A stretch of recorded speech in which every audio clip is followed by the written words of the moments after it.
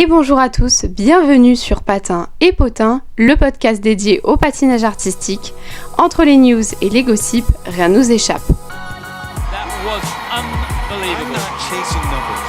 I'm chasing the highest free skate score of all time. Three-time national champion. Axel, I can't believe I'm saying those Talent like words. this comes along once in a lifetime. Vous m'excuserez, aujourd'hui j'ai un petit peu la voix cassée, mais je vous ai quand même fait un épisode parce qu'il s'en est passé des choses au Finlandia Trophy. 5e étape du Grand Prix qui se déroulait à Helsinki en Finlande. Le Finlandia Trophy devenu très récemment une étape du Grand Prix ISU, il remplace la Röstlecom Cup. Nous avions un Français pour nous représenter chez les hommes, il n'est pas des moindres car c'est Kevin Amos que nous n'avions pas revu depuis le skate américain. Nouvelle médaille d'argent pour lui, malgré une petite chute sur son quadruple toe loop dans le libre, il se rattrape avec un quadruple toe loop, double toe loop et un triple axel, double axel magnifique. Il se qualifie donc pour la finale avec un score de 259.15. Vous pourrez donc le voir patiner à Grenoble dans sa ville natale sur la patinoire qu'il a vu grandir.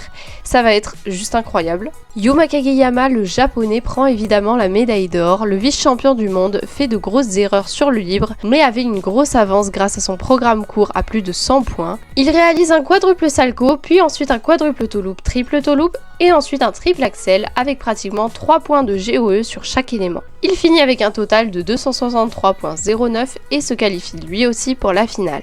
À la 3e place, c'est l'Italien Daniel Grassel qui termine avec 258.55. Il ouvre son programme libre avec l'incroyable quadruple lutz et enchaîne avec un quadruple loop et un quadruple salco. Alexander Selevko, vice-champion d'Europe, finit avec 214.15. Après un programme court complètement raté, il se reprend en main et décide de ressortir son programme de l'année dernière, un programme qui lui ressemble vraiment, Ad Martem. Il réussit son quadruple toe loop en début de programme avec 2,6 de GOE. Il a également retenté un quadruple toe loop après, mais il l'a raté en double. Malheureusement, il avait pris trop de retard avec le cours et ne termine qu'à la 7e place.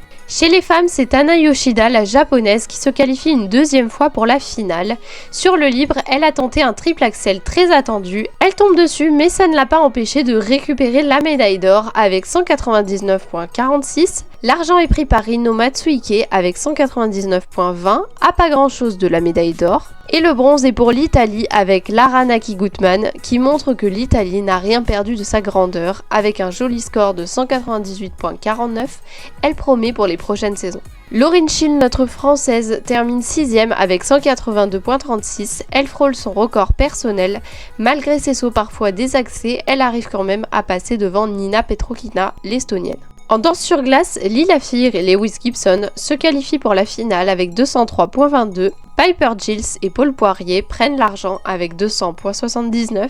Ils sont également qualifiés pour la finale. Les quadruples champions de Finlande, Julia Turkila et Mathias Versilius, ont eu leur heure de gloire à domicile avec 196.60. Ils prennent la médaille de bronze et seront des adversaires notables au championnat d'Europe. Pas de surprise chez les couples avec Deana Steladodudek et Maxime Deschamps, les champions du monde en titre prennent l'or avec 207.44 et sont évidemment qualifiés pour la finale. Les Hongrois d'origine russe Maria Pavlova et Alexei Sviatchenko finissent avec 124.21. Les Italiens sont décidément abonnés à la médaille de bronze. Rebecca Ghigliardi et Filippo Ambrosini, champions d'Italie en titre, avaient gagné le Grand Prix de Finlande il y a 2 ans. Petit détour au Trophée de Tallinn qui se déroulait le week-end dernier en Estonie. Cette étape du ISU Challenger Series a vu passer quelques jeunes talents du patinage artistique, mais il y avait aussi quelques anciens avec Léa Serna, notre française qui termine 7e avec 147.09, maintenant entraînée par Nicole Schott. Sarah Maud Dupuis, la canadienne, prend la 3e place avec 163.59. Sofia Samodelkina gagne sa 2e médaille d'argent en Challenger Series avec 173.25. Et Nina Pinzarone a pu enfin briller avec l'or sur cette étape. La Belge de 17 ans est seule maintenant pour représenter son pays après le forfait de Loena Hendricks. En danse sur glace, Evgenia Lopareva et Geoffrey Brissot prennent l'or avec 198.91 et sont déjà en route pour la Coupe de Varsovie qui se déroulera du 20 au 24 novembre.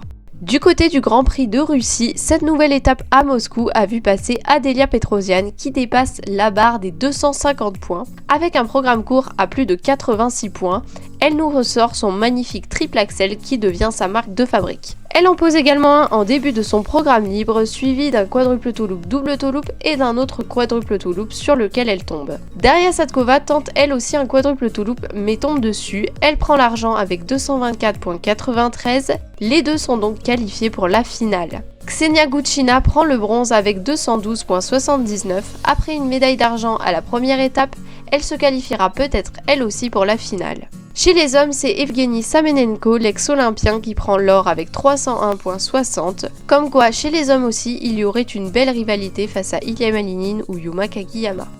Du côté des gossips, Kevin Emos a déclaré dans une interview, je cite, « Après les championnats d'Europe, tout le monde m'a mis sur la touche, comme s'il m'avait jeté à la poubelle. Je suis tellement content d'avoir montré qu'il était trop tôt pour me compter parmi les perdants. » Et oui Kevin, à 27 ans, c'est un miracle que tu sois toujours là. Alexander Selevko a expliqué dans une interview après le Finlandia Trophy qu'il a choisi de reprendre son programme libre de l'année dernière car son tango de cette année lui demandait trop d'énergie et que cela affectait sur ses éléments. Ils réfléchissent actuellement à une alternative. Carolina Kostner espère avoir sa propre ligne de vêtements. Dans une interview, elle a déclaré que c'était son rêve de petite fille. Elle a également été interrogée sur sa pensée envers les déclarations de Kamila Valieva sur le fait de reprendre le sport. Je cite, « Elle doit suivre son cœur et avoir le courage de suivre ce qu'il lui dit. » Ce week-end en Russie, c'était la fête. La vice-championne olympique et double championne du monde, Evgenia Medvedeva, fêtait ses 25 ans. Pour cet événement, elle avait prévu un show de grande envergure où elle présentait ses programmes les plus iconiques, en reportant ses robes de la saison 2016, 2017, 2018 et 2019. D'autres athlètes plus jeunes ont interprété ses programmes juniors. Elle a également invité d'anciennes patineuses de son époque, comme Elena Radionova ou Anna Pogolaya. Elle a ressorti son inoubliable programme de gala Sailor Moon et a exprimé une envie de montrer son amour du Japon à travers ce spectacle. Anna Sherbakova a été interviewée notamment sur ses relations avec Alexandra Trusova. Elle a déclaré qu'avant les JO, elles s'étaient toutes les deux préparées à être qualifiées dans l'épreuve par équipe. Ce qui n'est pas arrivé puisque c'est Kamila Valieva qui a été choisie. Elle avoue avoir été mise au courant au dernier moment et a ensuite été toquée à la porte d'Alexandra Trusova qui elle aussi n'avait pas été choisie. Elles se sont mises à pleurer ensemble, voilà encore un point qui réunit les fans qui étaient scindés en deux teams depuis le drame des JO. Durant une autre interview, elle s'est retrouvée confrontée à la question de qui avait fait le premier quadruple toe loop à l'entraînement. Légèrement saoulée, elle a répondu que c'était elle la première, mais qu'elle ne voulait pas s'en vanter. Ce quadruple a même été filmé et elle avoue avoir eu un grand sentiment de victoire quand elle l'a réussi à l'âge de 13 ans. Mais pour les plus connaisseurs, vous savez la suite. Quelques mois plus tard, Anna se casse la jambe, laissant Alexandra Trusova prendre le titre en compétitions internationales. Malgré tout, elle reste la première femme de l'histoire à avoir fait un quadruple Lutz en national, mais malheureusement, encore une fois pour l'ISU, il est reconnu en compétition internationale sous le nom d'Alexandra Trusova. Merci d'avoir écouté ce podcast, j'espère qu'il vous aura plu. On se retrouve la semaine prochaine pour la dernière étape du Grand Prix en Chine. Et après ça, ce sera la finale et j'ai beaucoup trop hâte. En attendant, n'oubliez pas de vous abonner pour ne rater aucune des dernières infos sur le patinage artistique. Et sur ce, moi je vous dis à la semaine prochaine.